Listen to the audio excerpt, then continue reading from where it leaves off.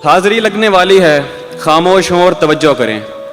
एक, जी सर, उधर दाईं दीवार की खिड़कियों से परे पेड़ हैं, कुछ हरे पेड़ हैं जिनके पत्ते लगातार झड़ते चले जा रहे हैं। परिंदे भी हैं पेड़ों पर, उनके पर 5 हाजिर जनाब, उनके पर सुरमई रंग से मिलता जुलता कोई रंग है। 7, जी, घोंसला एक है। घोंसला एक है यानी सारे परिंदे इधर के नहीं, कुछ चले जाएंगे। और ये तीसरे पेड़ पर क्या लिखा है?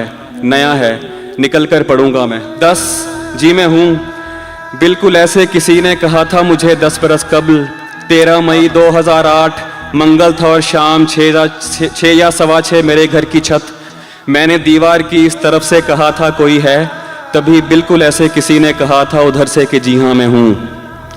15, yes sir present, yes sir present हाल।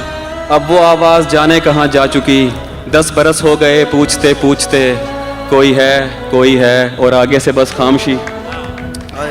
जी मैं हूँ वाली आवाज़ तो जा चुकी है। 18, कहाँ होगी अब? Roll number 18। अरे ये तो मैं, सॉरी सर। तुम कहाँ खोए रहते हो, पागल हो क्या? सर वो आवाज़ तो जा चुकी। क्या कहा? जा चुकी। चुप, नहीं सर सुने, जब से वो जा चुकी मैं जहाँ भी हूँ होकर भी होता नहीं।